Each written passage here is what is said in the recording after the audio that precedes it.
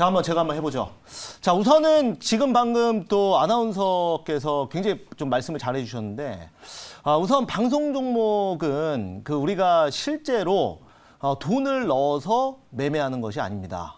방송 종목들은 지금 우리가 이제 생쇼 프로그램 취지 자체가 지금 그 시장에서 또 가장 강한 종목들, 이런 종목들 위주로 가상에서 좀 편입을 하고 있고요.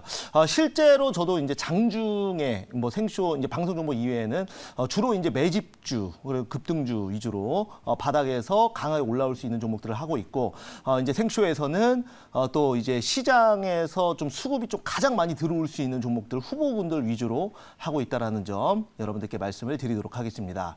자, 우선은 오늘 그리고 이제 제가 여러분들께 오늘장 한마디로 대선 정책주의 대박이다. 이렇게 내용을 정했는데요.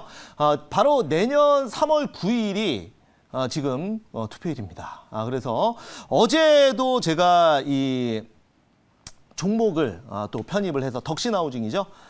종목을 편입을 해서 장중에 또 단기로 또 급등이 좀 나왔었죠. 그래서 어제 15.93%까지 급등이 나왔었고, 지금은 오늘은 일단 장중에 2.96%.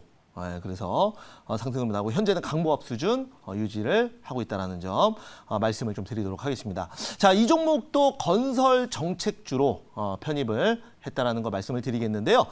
우선은 저는 요즘 셀리드 지금 보시면 나오지만 셀리드도 어떻게 보면은 바이오 중에서 정책주죠. 그래서 백신, 정부와 민간 주도의 백신 개발 관련주로 우리가 말씀을 좀 드려볼 수가 있겠고, 그리고 신원 같은 경우에는 남북경협주, 그리고 이제 캐몬, 덕신하우징까지 이렇게 같이 보시면 됩니다. 오늘 그 1차 목표가를 터치한 캐몬 같은 경우에는 바로 SK 바이오사이언스가 오늘 그 3상을 첫 투약을 했다. 이런 내용으로 오늘 SK 바이오사이언스도 또 단기로 반등이 나오고 있고, 여기에 따라서 캐몬 같은 경우도 같이 수급이 들어옵니다. 이 종목은 비임상 전문 기업이라고 말씀드렸죠. 그래서 임상 수탁 기업입니다. 그래서 우리나라에 코로나 백신 연구가 활발하면 활발할수록 캐몬이 수급이 들어온다. 이렇게 말씀을 드리면서 SK바이오사이언스도 제가 또 굉장히 또 매집으로 또 많이 밀었던 종목이고요. 100% 수익 내고 나왔는데 캐몬까지 오늘 급등을 했습니다. 자, 오늘은 제가 이제 후속주로 덕신하우징 후속주로 이제 정치 테마주 중에서 이 정책주를 넣어보려고 합니다. 그래서 이 정책주 같은 경우에는 제가 어제 덕신하우징을 넣을 때도 말씀드렸지만, 이 인맥 관련주는 아직까지는 이렇게 큰 시세가 나오는 종목이 많이 없습니다.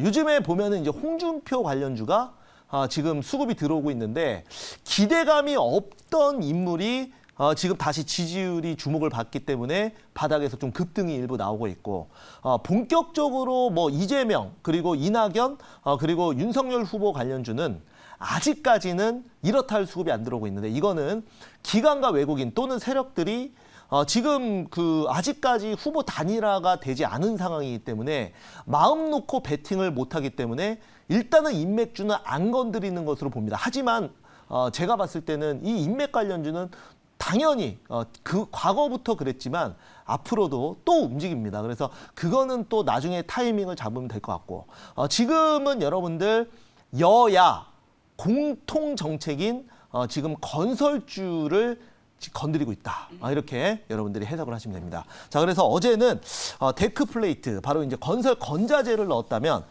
이번에는 지금 해당 후보에 바로 이제 건설 정책, 이 주택 보급 관련주를 한번 넣어보도록 하겠습니다. 자, 그래서 자연스럽게 또 수급이 들어올 수 있는 종목으로서 종목 넣어보고 그 다음에 가격 한번 보도록 할게요.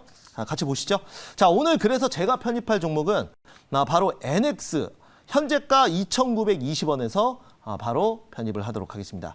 자, NX 같은 경우에는 우리가 이 주택보급 관련 정책 테마주로서 대장주 역할을 하는 종목이 바로 NX다라는 말씀드립니다. 그래서 여러분들 이제 차트 보시면은 4월 달, 5월 달, 6월 달까지 조정 보이다가 이제 급등이 나왔었어요. 이때 한창 정책주 얘기 나올 때 이제 급등이 나왔었는데 이때 보시면은 7월 달에 3,770원 최고점을 찍고 나서 2달 동안 조정을 보였어요. 2달 조정 보이고 이제 다시 수급이 바닥에서 들어오기 때문에 이거는 여러분들 지금 자리는 시세의 초입 부근이다. 제가 여러분들께 자신 있게 말씀드릴 수 있습니다. 자, 그러면 NX는 왜 정책 관련주고 앞으로 또 이 지금 투표일까지 한 내년 3월 9일이니까 지금 이제 8월 끝났죠. 오늘 8월 말이니까 끝났고 9, 10, 11, 12, 1, 2 이제 한 6개월 남았죠. 6개월 동안 왜 갈 수 있는지 한번 말씀을 드려볼게요. 한번 차트 한번 직접 자료 준비했으니까 자료 보면서 한번 다시 말씀 나눠보시죠. 자, 보겠습니다. 자, NX입니다. 자, NX. 자, 이제 동사 같은 경우에는 바로 이제 부엌 가구를 넘어서 지금은 전반적인 주방 가구 그리고 인테리어 소품까지 같이 하고 있는 기업입니다. 자, 그래서 지금 그 NX의 공식 홈페이지를 제가 이제 캡처해서 가지고 나왔는데요. 이제 보시면은 뭐 식탁이나 그다음에 주방 가구를 하는 걸 볼 수가 있겠습니다. 자, 왜 그러면 NX가 또 이제 앞으로 한 6개월 동안 뭐 신고가 돌파할 수 있어요. 충분히 이 지금 분위기라면 왜 갈 수 있는지 한번 다음 내용 보면서 말씀 한번 들어볼게요. 자, 보시죠. 자, 이제 일단은 보면은 여러분들 뭐 제가 이 윤석열 후보의 정책을 지지한다거나 그래서 갖고 나온 건 아닙니다. 해당 인물을. 그건 아니고 일단은 여당 쪽 그러니까 이제 이재명 후보나 이낙연 후보 측에서도 이미 기본주택 공급, 주택 보급에 대해서 이미 벌써 얘기를 했어요. 정책주로. 그건 이미 나온 내용입니다. 그런데 이 중요한 게 뭐냐면 지금 야당에서는 어떻게 보면은 약간 반대 포지션의 정책이 나올 수도 있는데 이번에 나온 정책을 보면은 여당과 야당이 거의 정책이 똑같습니다. 공공주도의 정부 주택보급 정책을 시행하겠다. 거의 똑같아요. 그렇기 때문에 이 정책, 이 건설 정책, 특히 건자재 이쪽은 누가 대통령이 되든 상관없이 이거는 그 어떤 인물이 돼도 다 수혜를 볼 수 있다. 그렇기 때문에 제일 먼저 정책 그리고 인맥주 중에서 제일 먼저 움직였다. 그래서 보시면은 5년간 전국에 250만 호를 공급하겠다. 이렇게 밝혔는데요. 지금 이렇게 되려면은 여러분들 어떻게 됩니까? 현재 그 서울에 있는 기본적으로 그 서울의 다가구나 다세대 주택을 동의를 받아서 허물고 아파트를 지으려면 이거는 기본적으로 사업이 한 10년 넘게 걸립니다. 기본적으로 그 주민들의 동의를 받아야 되고 그리고 건물 뭐 아파트 짓는 거 뭐 한두 달에 됩니까? 그렇기 때문에 지금 여야 할 것 없이 주택 공급 뭐 250만 호나 공급한다고 하는데 이것은 바로 택지를 활용할 가능성이 많다. 그래서 이제 지금 뭐 다산 신도시도 최근에 이제 나왔고요. 그 다음에 뭐 과천이나 뭐 여러 가지 부동산에 지금 이제 정부 소유의 택지를 활용을 해서 굳이 주민 동의를 받을 필요 없이 땅 인프라 건설하고 여기에 따라서 바로 아파트만 지으면 되는 이런 부분을 활용을 할 겁니다. 그래서 신도시로. 그래서 여기 보시면은 신혼 청년 부부 LTV 80% 인상. LTV는 뭔지 아시죠? 집 대비해서 얼마나 대출을 해줄 수 있느냐. 그게 바로 LTV입니다. 론투밸류. 그리고 지금 그 DTI 같은 경우에는 소득 대비 대출을 얘기합니다. 그래서 우리가 이제 흔히 소득은 대부분 맞춰지는데 아파트가 워낙 이제 서울에 그 대출 제한이 됐다 보니까 못하는데 이걸 80% 풀어준다고 하니까 앞으로 이 부동산 정책이 다시 한번 주목을 받을 수 있다고 보여지고요. 자, 그래서 일단은 NX 주택 보급이 시작이 되면은 당연히 수혜를 볼 수 있기 때문에 제가 오늘 NX 가지고 나왔습니다. 자, 그러면 한번 질문 한번 받아보죠. 네. 네, 질문 제가 하겠습니다. 네. 네, 뭐 사실 정책 관련주들이 그러니까 예년 대비해서는 뭐 리듬이 좀 늦게 지금 출발을 네. 했는데 좀 늦었어요. 예, 사실 그 보면 새로 이제 뭐 정책들이 나오는데 네.